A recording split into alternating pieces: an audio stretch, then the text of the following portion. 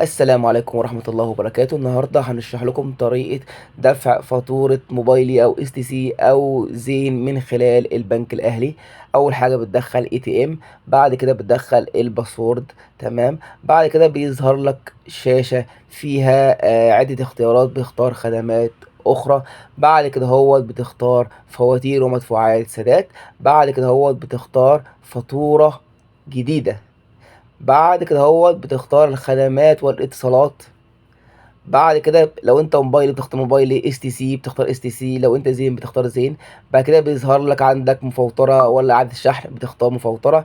لازم نخلي بالنا هنا من جزئيه مهمه جدا جدا، ان انت لما بتدخل رقم الخدمه، بتدخل 966 اللي هي كود، وبتدخل رقمك.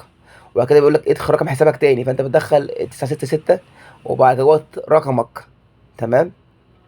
بعد كده هو بتتك استمرار، فهيظهر لك هنا فاتورتك وحالتها، عليك مبلغ ما عليكش مبلغ. بتقول له دفع الدفع او دفع مبلغ تاني خالص، انت عاوز مثلا تزود مثلا عن المبلغ اللي انت عاوز تحطه فلوس او حاجه زي كده. دي طريقه ازاي تدفع الفاتوره بتاعتك اس تي سي او موبايلي او زين.